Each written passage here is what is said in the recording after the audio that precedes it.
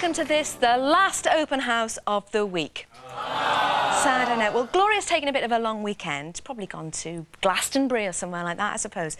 So she did actually leave me the spare set of keys and asked if I keep my eye on the place, so that's what I'm doing. Now, in a minute, we'll be limbering up for the start of Wimbledon with Indian tennis ace Vijay Amritraj. And as you just saw, we've got all the fun of the fair when we take a rummage through the National Fairground Archive. And lifelong showman Alfie Gregory will be showing us his lovely bunch of coconuts. Later, we'll be bringing Bollywood to the house when international movie star Saeed Jaffrey pops in to talk about this weekend's Indian Film Awards to be held at the Millennium Dome. Now then, our first guest is no stranger to the movie business himself, having appeared in a number of Hollywood movies like Octopussy and Star Trek 4. But although he's got a nice sideline as a film star, he's best known as India's greatest tennis player. During the 70s and 80s, he played and beat some of the game's biggest names, including Bjorn Borg, John McEnroe and even Jimmy Connors. Now, over the years, he's won an amazing 16 singles and 33 doubles titles. Can you believe that? It's amazing. And this year, he's back at Wimbledon to compete in the seniors tournament. Please, would you welcome Vijay Amritraj.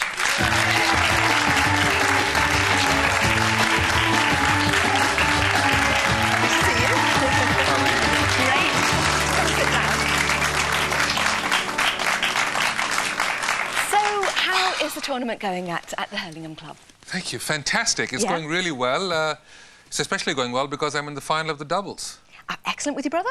With my brother. Yeah, yes, I've been having to carry him for 20 years. So you haven't done badly out of it, I have to say, Vijay. No, and he's the older one. Is he? Yes, I like saying that. By how much?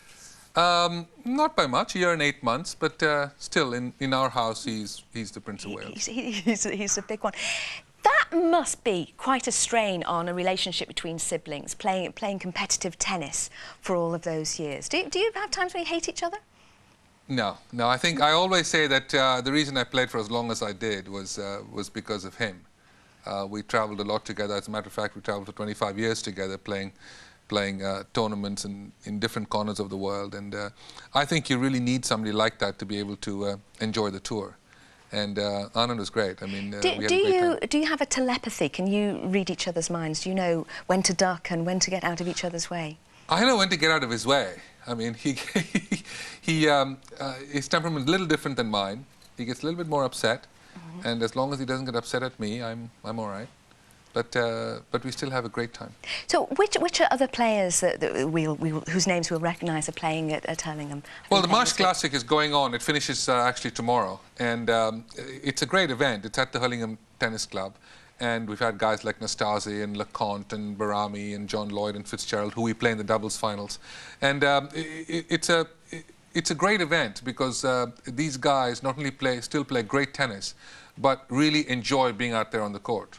So has that competitive urge to win stayed with all of these great players, or are you all a bit, come on, you know, whose turn is it to win this week and all of that? Well, we're a bit loose till we get to the court. But as soon as Empire says love all play, then all of a sudden you just don't want to lose to the next guy across the net. You know, it just sort of gets into that mold. So, you know, obviously some guys are younger, some guys are older, some guys have been around a little bit longer. But at the end of the day, you'll see us all competing very hard and at the same time having a great time. You actually came to tennis, I would think, relatively late, didn't you? You were 10 when you began. Well, yes, I think when we started playing tennis was, you know, 10 was relatively young age. It wasn't that old, but at the same time, there were kids who were starting at 4, 5 and 6. And today, you know, people are born and saying, well, my kid is going to be a tennis player. So things have changed a lot since the time I started playing the game. But, you know, not all of it always for the better. No, what do you think's for the worse, then? Well, I think to a great extent, there's so much pace in the game today. The guys today are very good athletes. They're much stronger. They're tall. I think the average height when I was playing was probably about 5'10", 5'11". Today, it's 6'2", 6'3". What height are you? Almost 6'4". Oh, right. So you were always going to have an advantage, weren't you? I was one of the taller guys on the tour, along with Stan Smith. But I think today the game is so strong. It's so powerful. There's a lot of pace. The equipment has gotten so much better. And the guys are better athletes. I think they're stronger and better athletes today.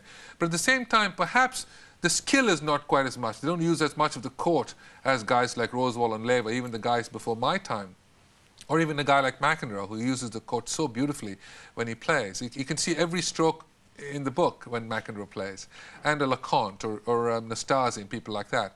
But at the same time, the quality of the tennis has not diminished at all. I mean, it's fantastic tennis. Well, we're all looking forward to Wimbledon. Now, is it because I'm British, but I think of Wimbledon as being the tennis event? Do you see it like that? Is it, you know, Well, I grew up with it. I grew up biased? with Davis Cup and I grew up with Wimbledon, and I think the reason, one of the main reasons to even play tennis internationally was to be able to compete at Wimbledon.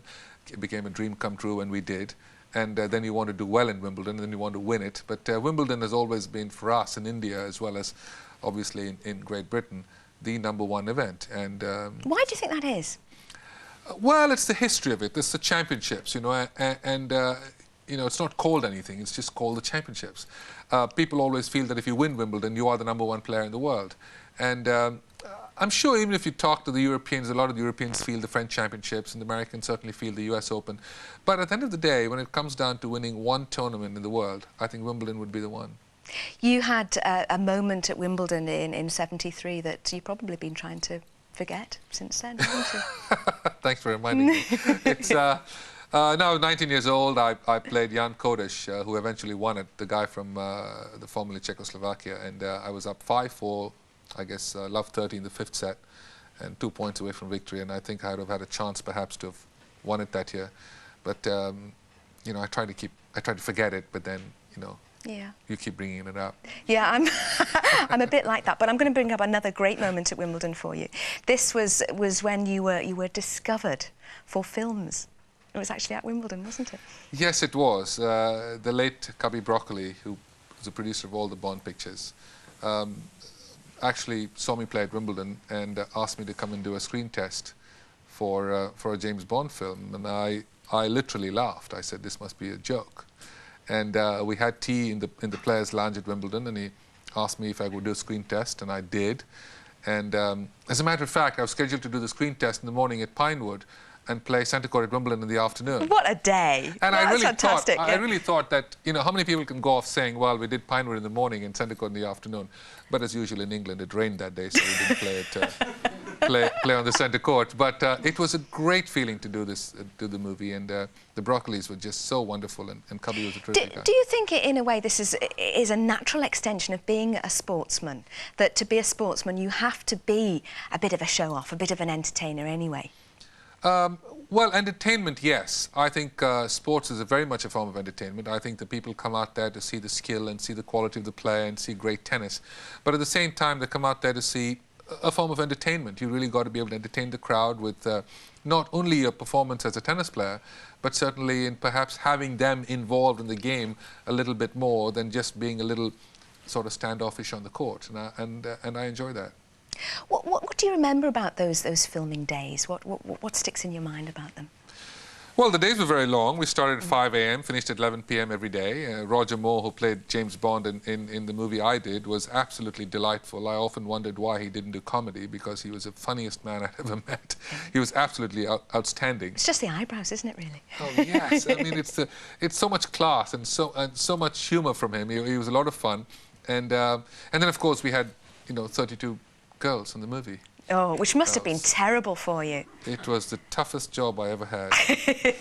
Somehow we don't believe. You're going to be commentating, aren't you? Doing some commentating? Yes, Wimbledon I'm doing as well? 2 weeks at Wimbledon for Star Sports all over the Middle East and Asia. It's the world's largest network, goes to over 100 million homes. It's all in English, fortunately. And but we do a lot of hours. We do about 9 hours, 8-9 hours of live coverage every day from Wimbledon. Well, that's going to be tough. So, almost as tough as playing, I think. Well, I'm looking forward to it, because it is a great way to share with the viewer things that you might know and some insight that you might have. Have you got any? Can you preempt that by giving us a few tips? Who do you think is going to win the men's singles this year? I think you got to stay with some of the favourites, and I really think there are not more than 3 or 4 guys who can actually win the whole thing. Sampras and Agassi certainly feature among those, and if you went down the list a little bit, I feel with the fact that somebody like Tim Henman hasn't actually done well in Queen's Club or Nottingham, I think it's now people are not expecting much from him. Yeah. And I think Tim can, in fact, do very well. Philip Hussus, Krajcek, who won it in '96, guys who play big and hit big. And there are really only very few guys besides Sampras and Agassi who can actually come out and win the whole thing. And what about the ladies? Well, very interesting. I think the Williams girls can do well. Hingis, Davenport had a bad loss at the direct line today. I think that Hingis will still have to be the favourite, but Davenport can come back and win it. She likes playing grass court tennis, but Hingis will still have to be the favourite. Well, of course, we'll see what happens. It'll all unfold for us on Monday. Just thank you just for the moment. But with England's dreams dashed in Euro 2000 earlier this week, the nation's sporting hopes will, I suppose, land firmly on the shoulders of Tim Henman, as VJ has just said. And we've actually got his coach, David Felgate, on the line right now. Hello, David. Hello there. Hello. We were just saying, it hasn't been a great prelude to Wimbledon for Tim. How is he feeling now? Oh, he can't wait. I mean, it's a tournament that he grew up with. It's a tournament that he loves, and he's had a couple of bad tournaments before in the past, before Wimbledon, and he's gone on and done very well. As VJ just said, you know, I don't think people now are expecting great things of him. I know he is expecting them of himself, and cannot wait for Monday to come around. He's got quite a tough draw, hasn't he? Yeah, he has. First and foremost, he has to win his first round. I suppose people are talking about the Goran match in the second round, and Philippoussis in the last 16, but... Could he go out in round one? Because that's happened twice recently. Could he go out in round one? Yeah, it can happen. It can happen to anybody, but I feel fairly confident that that won't happen, and he will progress in the tournament. And as he progresses, who will he be up against? Well, he could play Goran Ivanisevic in the second round, and that would be a very tough match. He has a good record against him. He's beaten him on 4 occasions. And Mark Philippoussis is the first seed that he would meet, so... But if you're going to win Wimbledon, in the end, you have to beat everybody. So just take it as it comes. Do you think he's going to rise to the occasion, VJ? Yes, I think Tim is the kind of guy who could do it. He needs to have 1 or 2 good matches under his belt.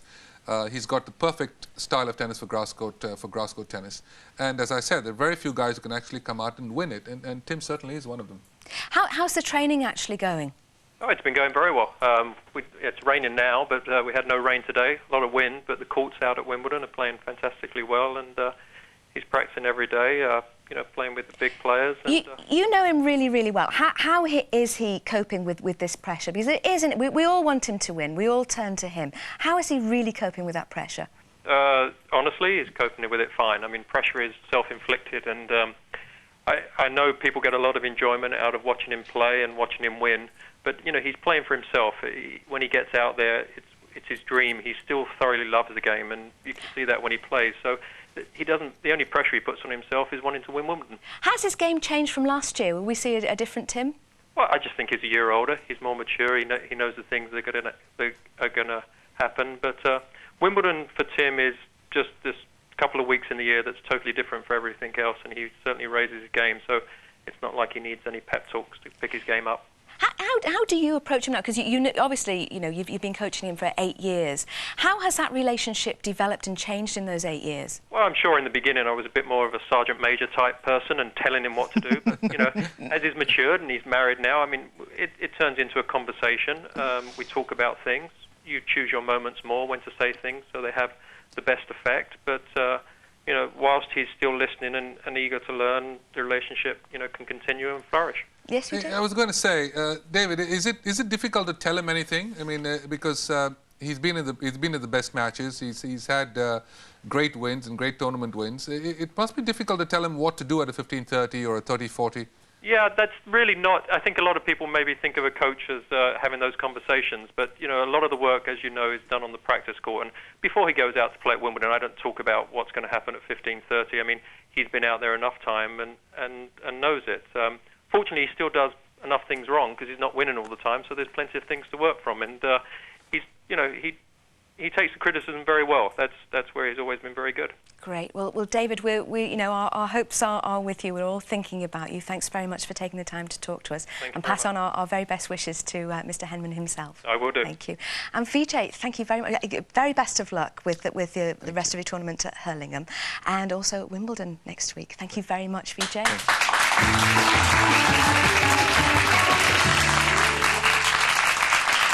After the break, we're off to the fair and we meet the man who's certainly not shy when it comes to throwing balls at coconuts.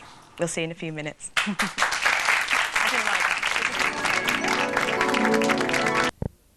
So anyways, I got a question.